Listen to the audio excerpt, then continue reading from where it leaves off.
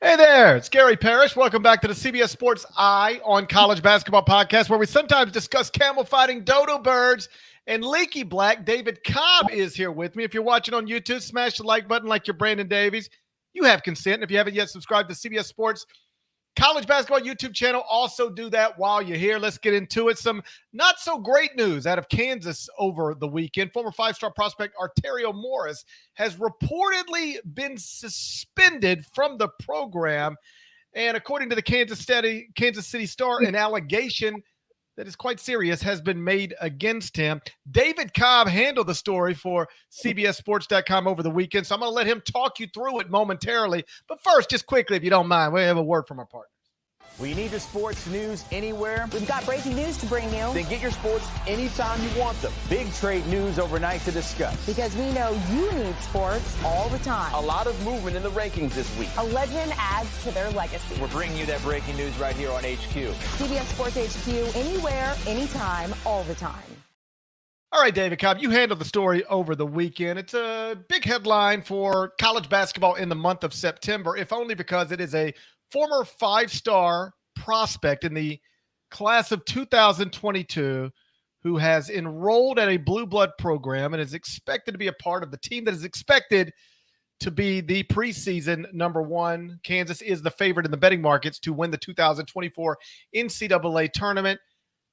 Arterio Morris suspended. I'll let you walk folks through exactly what happened, or at least our understanding of what has happened to date.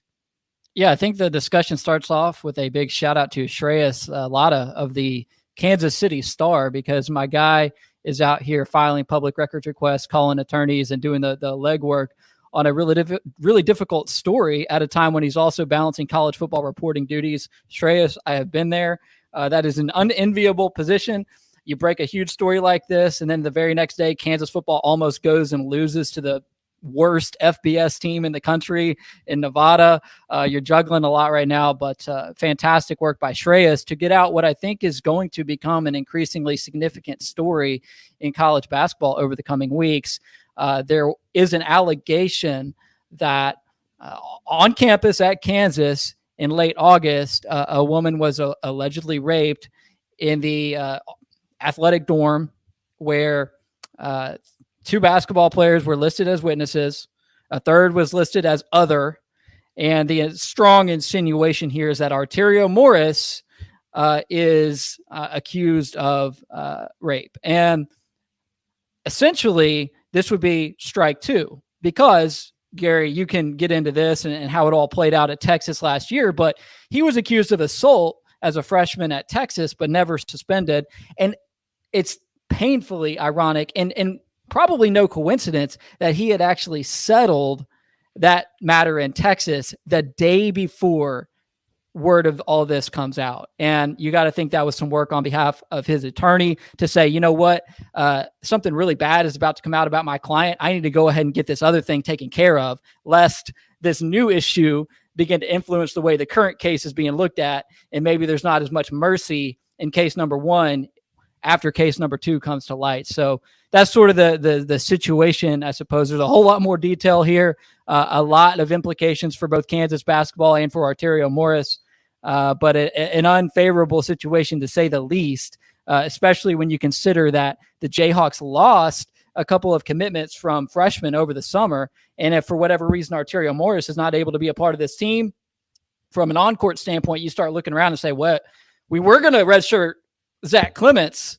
but now I'm not so sure that's really in the cards, because he's all of a sudden, your number 8 or number 9 player on this roster. So tough situation for Bill Self.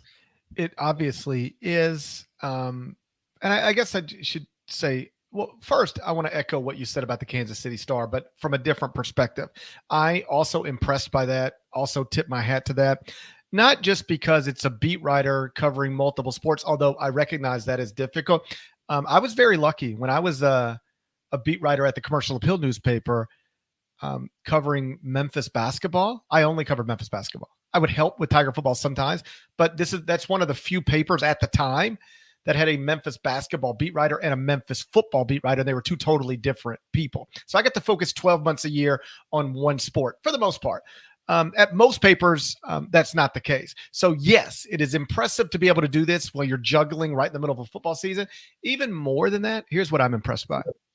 Local reporters at local papers chasing controversial stories, chasing stories that I'm sure on some level the school would rather not be out there.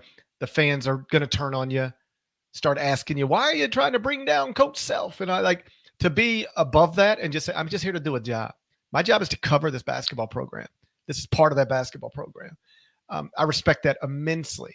And I hope when, and maybe I'm just living in a pretend world here, I hope when Kansas fans read that story on Friday night, they went, I'm upset that this has happened within our program. I'm impressed by the reporting as opposed to kill the messenger. The messenger in this case did a tremendous job to get this information, to get this story nailed down as well as it's nailed down. And so that's good journalism, as they say. And all credit goes to everybody Gary, who had a role in getting that story published. You know, when you were the Tiger basketball beat writer at the Commercial Appeal, I was like in middle school and reading your work at the kitchen table every morning in the paper. That's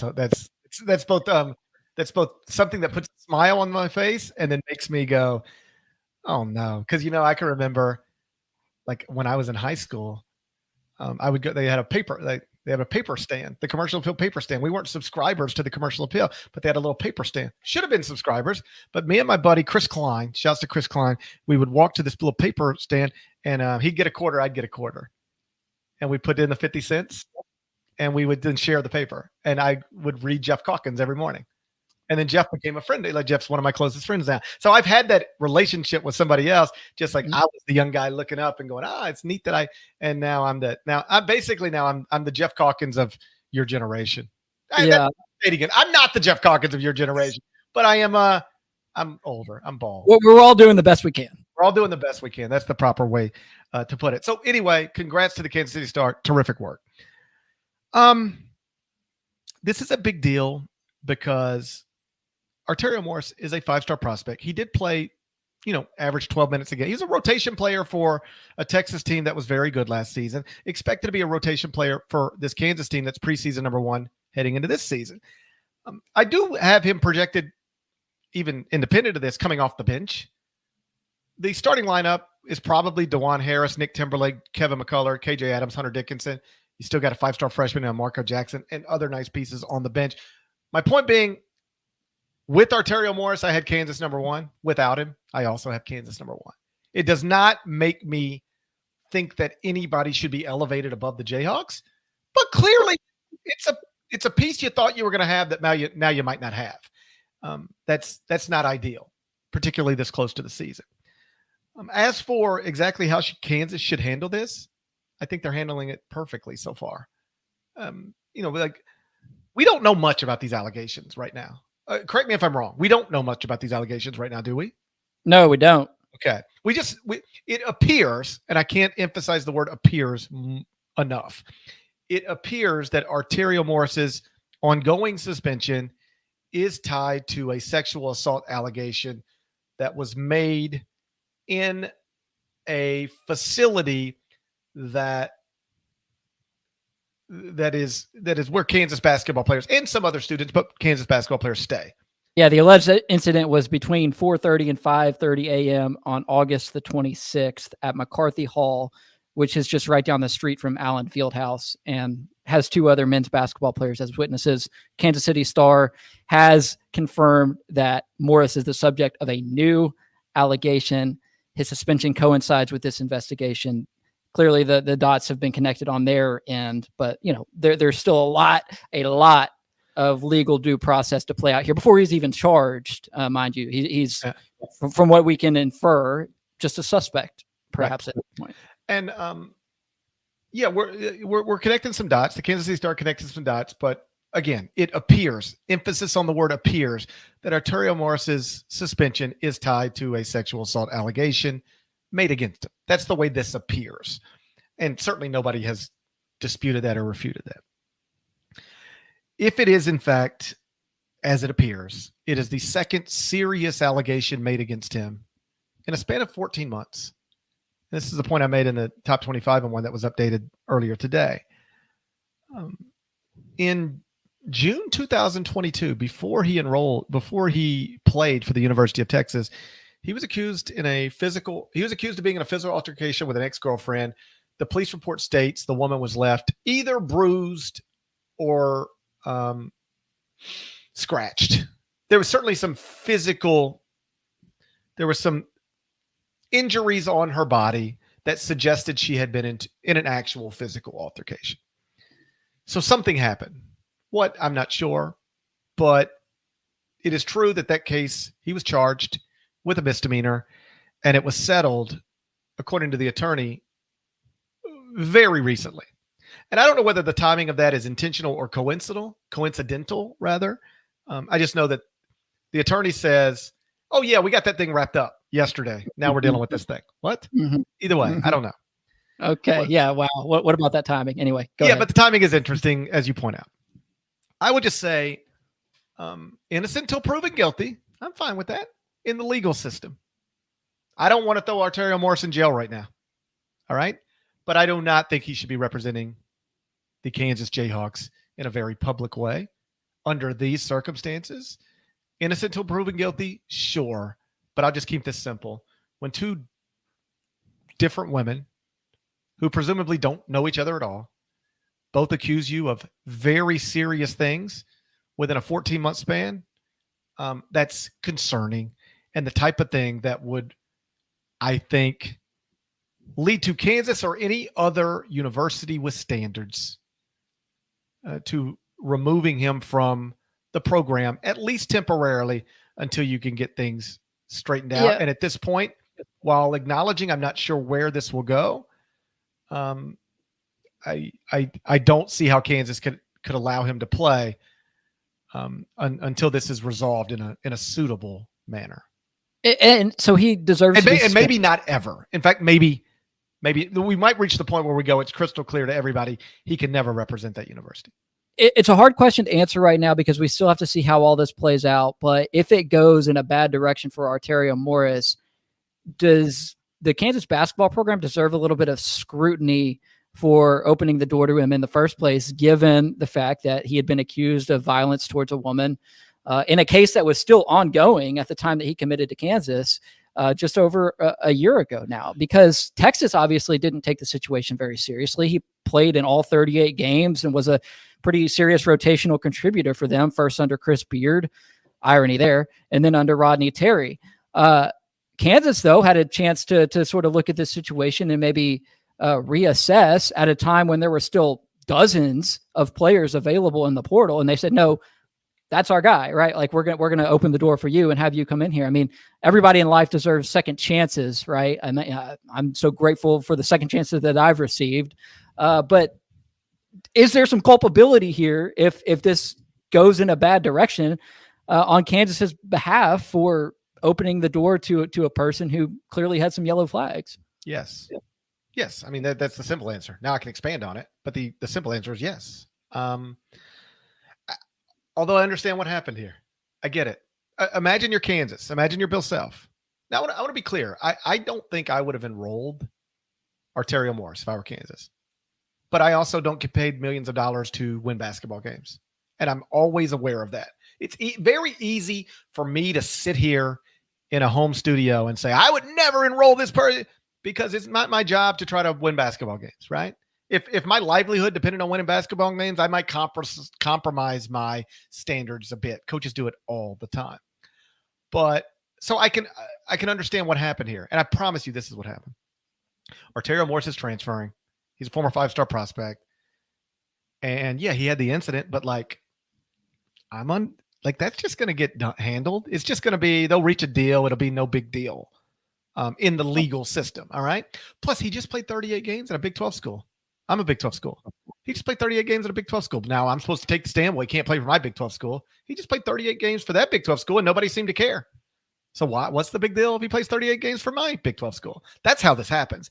If he never played at Texas, it becomes very difficult for Kansas to do this. But once he played 38 games at Texas, it's almost like, well, if he can play there, he can play here. Bring him on. But when you do that, you got to hope everything goes smoothly. And when it doesn't, then people start asking the same questions you're asking, which is like, yo, why did you bring this guy to the campus to begin with? There was a player at Mississippi State. You might remember his name better than I. I think is Jeffrey Simmons in the NFL now, right? Yeah. Okay. Got the Titans, yeah. Like he beat the hell out of a woman on camera when he was in high school. Google it.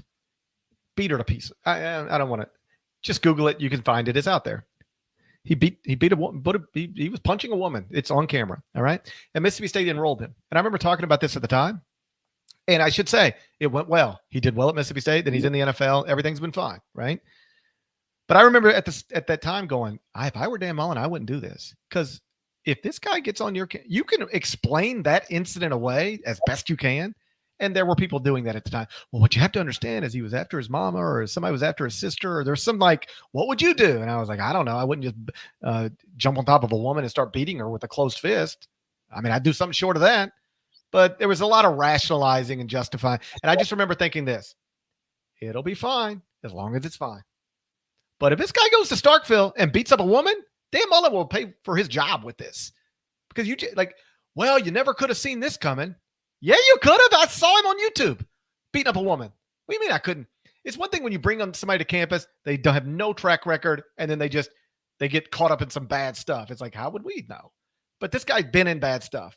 Again, the police were called. They came out. They did a police report in June 2022. It said this woman, who's an ex-girlfriend, had either bruises or scratches, one of the two. They didn't distinguish between the two based on what I read, but like she's injured. There's evidence that she's been in a physical altercation with a man. That's a real thing. When you bring that guy on campus, as long as it goes well, it'll go well. But when something happens that falls under this same umbrella, hold up. In June 2022, he allegedly, got physical with a woman. And then in August 2023, he allegedly sexually assaulted a woman. Well, now you've got innocent until proven guilty again. But like that's two. That's two. Yeah. Isn't it amazing what that fifth star can get you? What you can get away with? That's part of this too. There's no question that's part of this. It's 4-star prospect Arterio Morris. Maybe he sits a couple of games at Texas last season. If he's 3-star prospect Arterio Morris, does he ever see the floor at Texas? If he's walk-on Arterio Morris, he's dismissed the moment the allegation occurs. Of course. 5-star Arterio Morris, though, and here he is on chance number 2 at a Big 12 program, and things are not going well. That's the Brandon Miller effect, if you will. Alabama makes a calculated decision last season that it's worth the hit to their moral high ground to continue playing somebody with a connection to a fatal shooting. And if Brandon Miller averaged 3 points a game, he would have never kept playing under those circumstances. They would have at least pulled him out of competition temporarily. Yeah, I believe that. That 5th star, man, it can cover a lot of ills. It can cover a lot of ills. And he was 5-star prospect Brandon Miller. It's it's not the first time we've seen this, but it's something you can't deny. Yeah. So like if I were Kansas, again, they don't have to play a game tomorrow, so it's fine. You can let this play out and see where it goes. And I'm confident they have a better understanding at this moment of what they believe happened or didn't happen than we do. You can just suspend them indefinitely for now. But I don't care about criminal charges. You get into this all the time. People are like, well, is it? I don't care. Do I believe the person did it or not? And if I'm a part of that Kansas athletic department and I believe this guy actually sexually assaulted a woman, or at least put himself in a situation where we're dealing, like, I don't know. I don't think I'd want to move forward with this guy. Like, you before your freshman year at Texas, you were accused of domestic violence. Before your sophomore year at Kansas, you were accused of sexual assault. What's the likelihood that this is the last thing we got to deal with? I think if I were Kansas, as talented as the young man might be, I'd say we can win a national championship without you. And frankly, I'd rather try to do it that way, even if we don't. Because if we try to win a national championship with you, you're going to be part of the story. Well, I had him as the 6th man when I did my Kansas roster outlook this offseason. 6 or 7, I would think.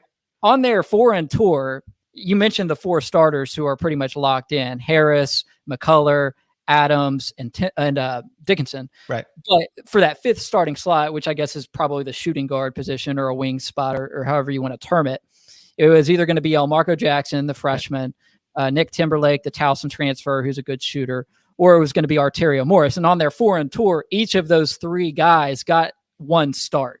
So it appeared as though Arterio Morris was in the running for that fifth starting position for Kansas. And if not, he was going to be a source of offensive firepower off the bench. So not an insignificant loss when, as I mentioned, they've already seen a couple of high-profile departures from their signing class. And this could eventually lead to them being down to just 10 scholarship players, with a couple of those being Parker Braun, the Santa Clara transfer and brother of former Kansas star Christian Braun. And then the other one would be the international prospect who they signed late, Johnny Furphy. All of a sudden, this is kind of starting to look like a little bit like a John Calipari Kentucky roster, where they got open scholarships and they're throwing the thing together at the 11th hour. And the high-end talent is really, really, really high, but you're looking around at the depth and thinking, okay, how did we end up in this position? That's right. Like, yes, we could look up in January and DeJuan Harris has turned to ankle, and you're like, God, wouldn't it be nice to have Arterio Morris now? Because even if he was just going to be our sixth man or our seventh man, now we're down a lead guard and we need another one. Yes, there's a chance that this could be problematic, but two serious allegations against you in such a short amount of time. One before your freshman season, one before your sophomore. I don't know. This ain't nothing we got to decide today. And if I were Bill Self, that's what I'd be telling my administration. This ain't nothing we got to decide today. We probably got to make some sort of call at some point, but it ain't today. So let's not worry about it today. He's suspended, and that's all anybody's asking us to do right now. But I don't know. Like, if you were hoping the guy would – I'm sorry. What's Perry Ellis doing? Perry Ellis. Let's see what Perry Ellis was in school for 40 years and was never accused of anything like this. All right. He managed to do 40 years at Kansas without being accused of anything serious like this. And he's still got his COVID year, right? Like, call him up. And he's still got his COVID year. Arterio Morris has got a much less impressive track record. Hadn't even started his second year in college, but is already facing his second serious allegation made by a young woman. It's a problem. I think I'd move on. I think I would move on. Because even if you bring him back, let's say he's suspended the first 10 games of the season, you bring him back. You know this stuff works. You get in the NCAA tournament, you're in the second round, and then he pops off and goes for 22. You know what people are now saying? Should he even be on the team? Let's go take it to HBO Real Sports. Do you want to muddy your national championship aspirations by having this guy on the team that everybody's going to bring back up? He's been accused of two. Wherever this goes in the criminal system, I don't know. This will forever be true. Two different women before his sophomore year of college have accused him of very serious things. One of getting physical with her, and the other of sexual assault. Do you want that? If you don't care, then just tell me you don't care. I don't think I would want that. Not to mention that if you bring him back, hey, you're big on numbers. Like, what's the averages on this? This guy's getting one a year, right? So he's going to get through the rest of his college career without causing you another negative headline? I mean, maybe, but I wouldn't bet on it. I think I'd move on. With you. And I got nothing else to add. I think that covers it. Good. Period. New paragraph. Second question for you. Deadleg. You remember Deadleg, don't you? Matt Norlander? I think he's in Iceland now or on his way. So before he left for Iceland, he did there's 50 days left until the start of the regular season. So it's like 50 notes and storylines, things to look forward to, one of those types of things. He published it, cbssports.com. It got me thinking, what is either the biggest or your favorite, and they might be both, storyline heading into the season that is now, as Norlander points out, just right around the corner? I'm going to ask David Cobb that next, but first a word from our partners. Freddie! Surprise! Dad! What's going on with your son? Wish I knew. Got a girlfriend I've never even heard of. When I told him I wanted to spend more time with him, he said no. It's just not a good time. Have you considered that he hates you? Don't sit there! Those are Christian Lacroix pillows. So we can't sit on the couch? Not in jeans.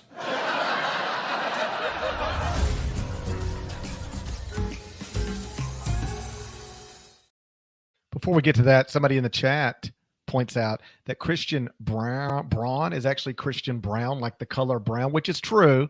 But I was not going to correct you, David, because I feel that's the most ridiculous. It's not the most ridiculous name in the world, but I felt like this for a while now. You shouldn't just be able to spell your name Braun and then say it's Brown.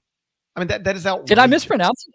Yeah, you said Christian Braun because that's exactly the way it's spelled, but it is pronounced. I mean, I knew Christian, and you probably knew it, but it's still like when I write it in my notes all the way back to, when he was at Kansas, I would always write Christian Brown as opposed to Braun. I would write it Brow because that's the way I just want to read it the way you're supposed to say it. But it's outrageous. It'd be like, my name is Gary Parrish. What if you said, Gary, how do you spell your name? And I said, first or last? And you said last. And I said, Parrish. And you said, oh, okay, Gary Parrish. And I said, no, it's Gary Yellow.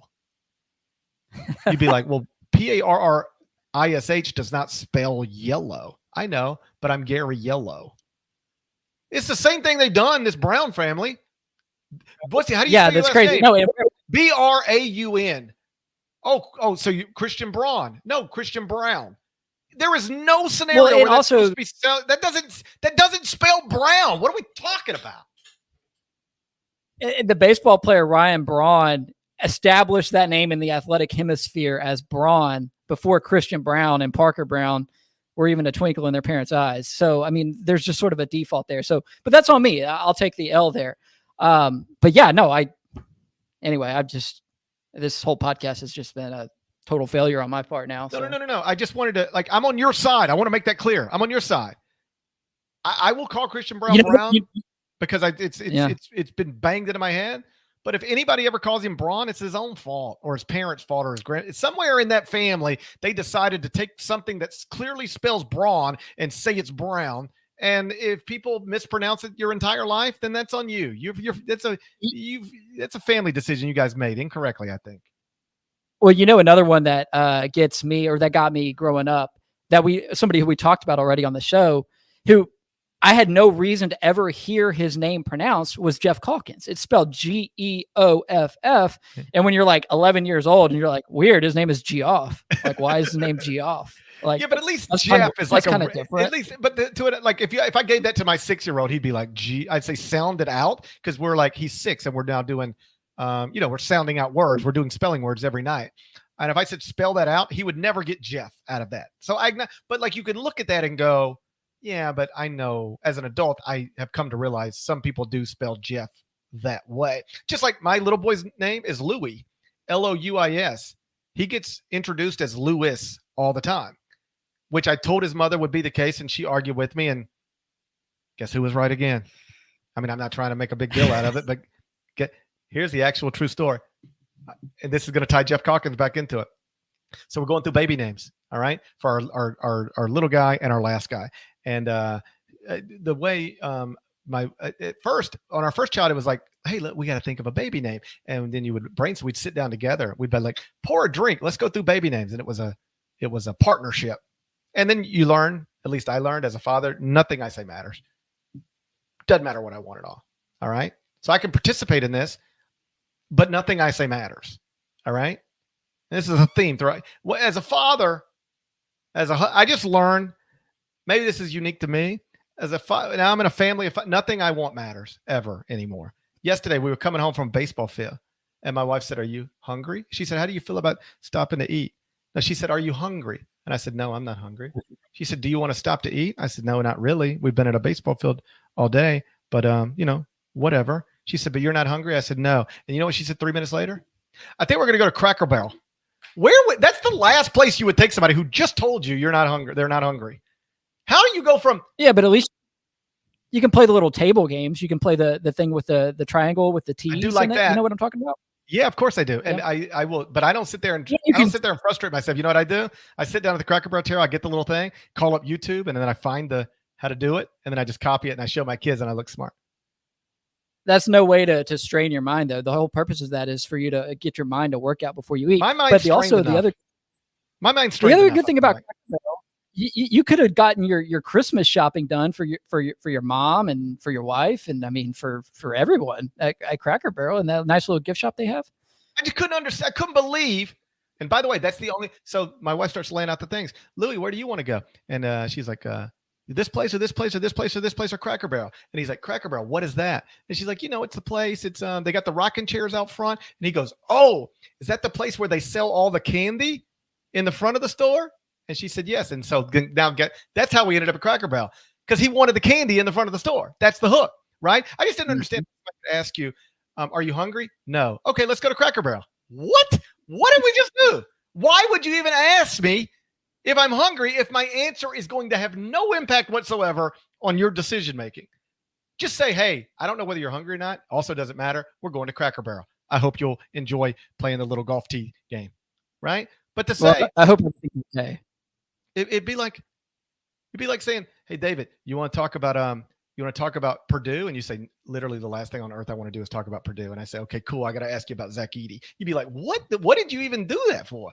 So all right, now I'm just complaining. Here's the point.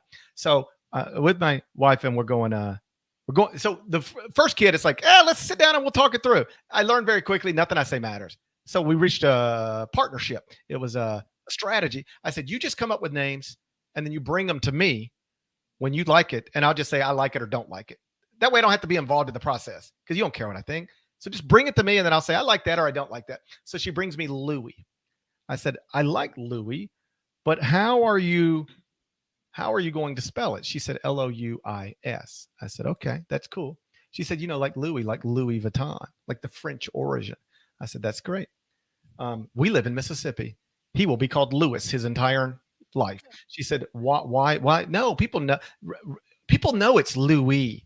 People in Mississippi know that Louis is a silent S. I love you.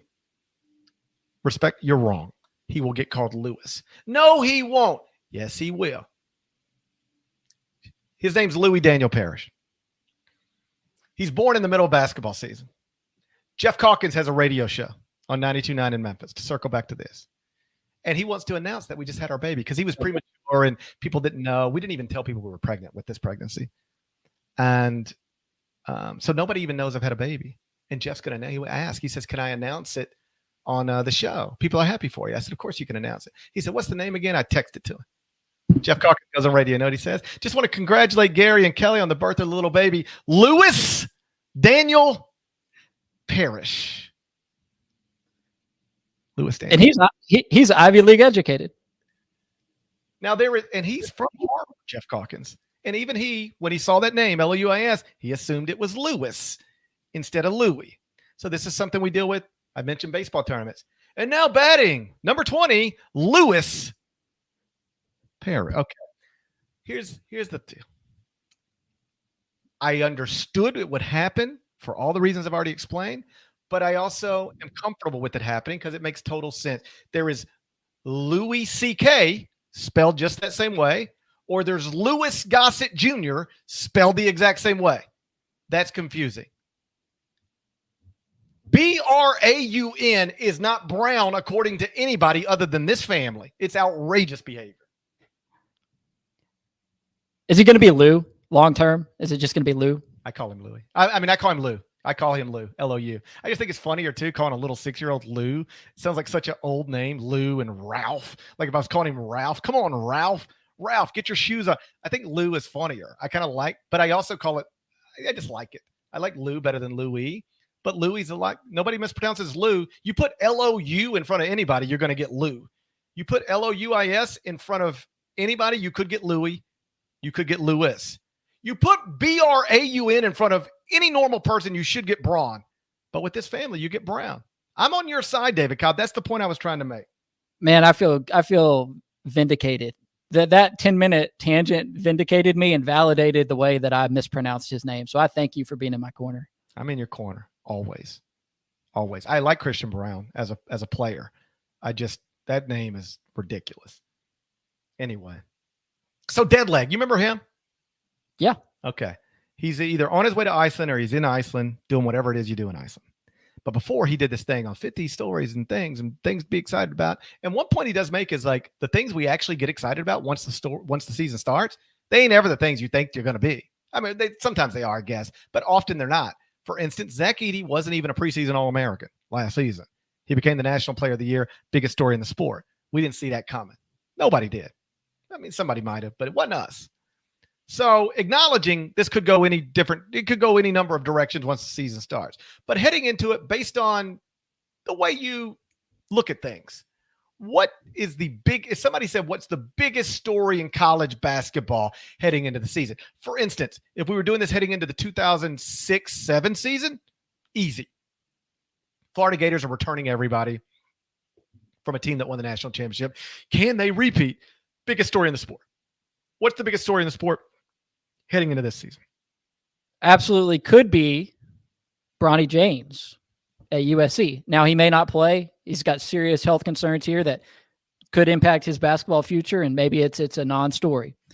If he does play at USC is going to be good, probably with or without Bronny James. If a good USC team is trotting out the son of LeBron James onto the floor every night while playing in ranked matchups, that's going to overtake the sport in terms of the way it leaks into other facets of society, much like we're seeing with Deion Sanders, Coach Prime, at Colorado right now in college football, where the ratings are surpassing that of Alabama, Texas for Colorado football.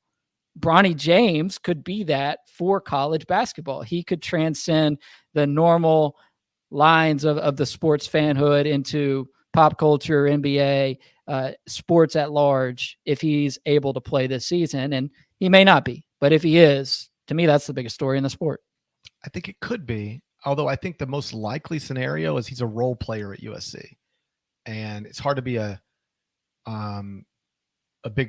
massive story if you're a role player. Although I acknowledge there's going to be like a lot of attention on everything he does because he's super famous. I mean, I think this is maybe true. Bronny James might be the most famous college basketball player in the country. Is that? Yeah. I mean, I think even with the National Player of the Year back, I think Bronny James might be the most famous college basketball player who exist. But I don't know if you can be the biggest story in the sport unless you're also the best player on your team. Like Shadir Sanders is becoming one of the biggest players in college football, but it's not just because he's a famous guy's son. It's because he's a Heisman Trophy candidate, right? But certainly the Bronny James thing is going to be big. First off, like, is he going to play? When's he going to play? All that stuff. And then like, he's on the court. How's it going? Big story, no doubt. I still think the biggest story heading into the season is Purdue. I think, can Purdue get where it hasn't been since 1980 with a guy coming back as the unanimous National Player of the Year after losing as a 1 seed to a 16 seed? Can they bounce back from that? Can Edey repeat as National Player of the Year?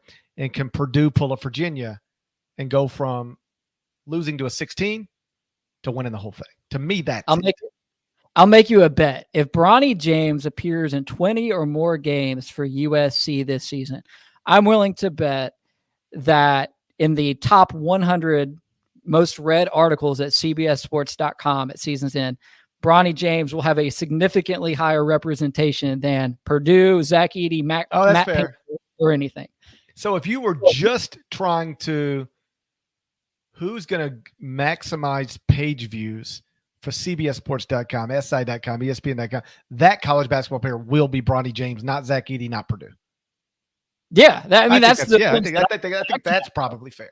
No, I mean, it depends what lens you're looking at it from. If you're looking at it from the college basketball diehard, like, no, you're right. Yeah, I think absolutely. You're right. Let's talk Purdue, or let's also say, hey, can FAU become the Gonzaga of the East Coast or something, right? Like, let's go there. But overall interest, man, it's got to be Bronny. And again, it depends on whether or not he plays. So I think that uncertainty and the waiting to find out, is he okay? Can he play? If he does play, can he be effective, right? Like, all these things leading into the season with Bronny, kind of add to that a little bit. I think you might be right. I might be overstating the Purdue thing just because I'm so interested in it, but it's possible like the casual college basketball fan who doubles that as a sports fan, like they consume sports media every day, but they don't live and die with college basketball. They're like, why do I care about Purdue? I could see that. To me, that's the most interesting story. Yeah, I might have a blind spot for it because I'm so close to it. And as somebody who lives in this stuff every day, that's what I'm most interested in. Can Purdue be awesome again from November through Selection Sunday and then actually take it where it's supposed to go? To me, that's the most interesting thing. Also on the list, Florida Atlantic, for the reasons you stated. I think Kentucky's a big story. Like John Calipari, always, sure. John Calipari, I don't know if he's under real job pressure, but he's under real quality of life pressure. They need to be good. Hey, there are sometimes teams that struggle early and then get going and like, ooh, all's well that ends well. That is not a team that needs to struggle early. It'll just get so ugly and bumpy. Have you seen the buzz coming out of Kentucky about the fact that their European big guy might not make it to campus? He was a late signee. Again, kind of talked about this earlier with the Kansas roster and making the comparison, but Kentucky, as they often do under Calipari, they wait until the last second to start filling their scholarships that they have left. And they went after this European center whose name I won't even try to pronounce, but a guy who was in some circles expected to potentially be a NBA draft prospect in 2024 and who could have been a real significant help for them as they navigate injury situations with Onyenso and with Bradshaw and with Trey Mitchell really being the only healthy big there going into the season. They got this guy from Europe who had put up big numbers in FIBA U19 stuff. And now all of a sudden, if you go in and read and watch stuff from Travis Branham at 24/7 Sports, it kind of sounds like, hey, this guy might not get here. He might not be enrolled by the ad drop date, which I think is actually already passed in Lexington. Yeah, I mean, how about this? With or without him, I'm not really changing what I think Kentucky will be. It's a depth piece. It matters. I don't want to say it doesn't matter, but I don't know that it changes what Kentucky can or cannot be on a macro level. I don't want to say there's no team in the country that needs to get off to a better start than Kentucky just to keep everything cool. Like, I think it's very important for Florida Atlantic to get off to a good start, just so people don't jump on them. Because if Florida Atlantic loses some games early and then gets in a, whatever AAC and mostly runs through that, people say, yeah, but what does that even mean? I think it's important for Florida Atlantic to win some big non-league games. I think it's important for, Purdue just to say, hey, forget about FDU. This is the team we were last year. This is the team we are again. We're great. Remember how great we were last November, December, January? We are that team again. I think that's important. I think Kentucky, it's very important to get off to a good start. Not just to build confidence among the new players, the young players, but just to keep that place gets very uncomfortable very quickly if things don't go right early. I think Kentucky might need as nice of a start to that season as anybody else playing college basketball. You see that we got people in the comments talking about Christian Brown's mother. Yeah, I don't have any recollection. I mean, they are. Maybe I should just Google her. Let's just look at it. See what we got. I'm curious to know your power rankings. Like, what's the order 1, 2 with Christian Brown's mother and Amari Bailey's mother? How would you sort of put the odds on that race? Well, blindly, I'm leading toward Amari Bailey's mother, but Christian Brown's mother, she got that red dress on at the draft. I mean, one of these. Listen, can we? I didn't know I was going to be comparing mothers today. That's certainly not something I wake up wanting to do. It's not something I'd like to do. But now that I've been asked, one of them is an Instagram star who dated Drake. And the other one is somebody who looked really nice at the NBA draft. What are we talking about?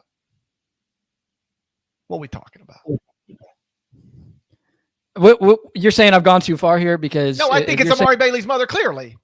Oh, okay. I love Christian Brown's mother. Yeah, but it's Amari Bailey's mother. Clearly. What are we talking about? How many Instagram followers Christian Brown's mother have? Well, I mean, how much does an Instagram following factor into the equation here? I mean, I think it has to. Okay, I think it must. I think it's Amari Bailey's mother. And then Christian Brown's mother. They both have great. Hey, why do we have to pit women against each other? Why can't we just say they're both beautiful women and then leave it alone? Actually, right. Two beautiful women who've had amazingly talented children. And at least with Amari Bailey's mother, she spells her son's name appropriately. Like, you look at Amari Bailey's spelling and you're like, that says Amari Bailey quite clearly. You're right. What if you said, oh, hey, what's your son's name? And you said, how do you just spell it for me? How do you spell it? And she said, first or last name. And you said, well, spell them both just so I got it right. And she said, Amari. Last name Bailey. And you said, oh, Amari Bailey. And she said, no, Amari Brown. You'd be like, what? That does not spell Brown. But that's what Christian Brown's mom tries to do. She tried to tell us Braun spells Brown. I know it doesn't. I mean, I know I grew up public education, you know. I got a 35 on the ACT, but I know how to spell Brown, and that ain't it. In her defense, I'm assuming she may have taken her husband's last name. So the true blame here may lie with Mr. Brown. Well, then get that guy on the phone with me, and let's talk through it, because I've had enough of this nonsense. They're both beautiful women who have raised incredible young men. We should all be so lucky, right? Yes. Yeah. Any other storylines? Purdue, FAU, Kentucky, we've touched on. You love Bronny James. Got it. Big storylines. Yeah, no, Kyle Filipowski, does he become the quintessential Duke villain? Does him spurning the NBA draft and coming back for year 2 for a Blue Devils team that should be really, really strong? I mean, to me, he's got all the ingredients there. I'm not saying he's Grayson Allen, right? Like, you know, there's a certain element of Grayson Allen being a dirty player. So maybe in that respect, it's been a while since there's been that sort of pretty boy Duke villain. But Filipowski could be that guy. I think with them kind of taking a more prominent place on the national stage this year than they had last year, that, yeah, we could see Kyle Filipowski become one of the faces of the sport, and not necessarily all in a positive way, kind of in a Christian Laettner love to hate him sort of way. How does Houston do moving into the Big 12? Reasonable story. Does Gonzaga slip or remain a legitimate Final Four contender? Nice story. What's Rodney Terry look like in year 2 at Texas? Nice story. Can Hubert Davis have a bounce back season at North Carolina? Nice storyline to follow. There's a lot of stuff. I'm ready for the season. I wish it was starting tomorrow. So glad the season's not starting tomorrow. Me too, man. Really glad the season's not starting tomorrow. That'd be stressful. Really? Yeah, I got things I got to do tomorrow. Although I can't think of any off the top of my head. I think they're both beautiful women. That's the point I was trying to make. And for them to be able to raise such impressive young men, we could probably all learn something from them. We'll leave it there. David Cobb, you ready to leave it there? That sounds good to me. We've done enough damage for a mid-September afternoon. Yeah, I feel like we've done enough damage on a Monday afternoon. We've probably said enough. Gonna have to answer questions when my wife gets home. That Cracker Barrel story is 100% true. She looked right at me and she said, "Are you hungry?" And I said, "No." And 3 minutes later, she said, "I guess we'll go to Cracker Barrel." What? Can you imagine telling somebody you're not hungry and the next thing they say to you is, "We're going to Cracker Barrel"? What are we doing? That's the way the conversation went. Are you hungry? No. Do you want to stop and eat? No. All right, we're going to Cracker Barrel. Do I even matter at all? Like, I don't even matter in my own family. Like, I don't even matter in my own family. Everybody in the car heard me say, "I'm not hungry and I don't want to go eat." And they said, "We're going to Cracker Barrel." I've had enough. Shouts to Devin Downey. Shouts to Chester, South Carolina. Shouts to Cracker Barrel. My kid did get some nice candy there. So that was good. I guess that makes it worth it. Shouts to Huck and Larnell. Thank you guys once again for listening to the Eye on College Basketball podcast. Somebody's saying I got to get my wife a red dress. Should I? I want to make sure it's clear here. I was the one who was wronged. I was the one who had to go to Cracker Barrel unhungry. She should be buying me a red dress, right? I should be getting bought a red dress. It's hard to. Shouts to all the mothers. Somebody points out in the chat. That's right. Mothers are amazing. Will they sometimes spell their kids' names in a somewhat confusing manner? Yes, sometimes. Will they sometimes take you to Cracker Barrel when you're not hungry? Yeah, sometimes. But the good outweighs the bad, David Cobb. The positives outweigh the negatives. Go subscribe anywhere you subscribe to podcasts, including Apple Podcasts and Spotify. There's more of us than there are of them. That should be reflected in the comments. And we'll talk to you again real soon. Till then,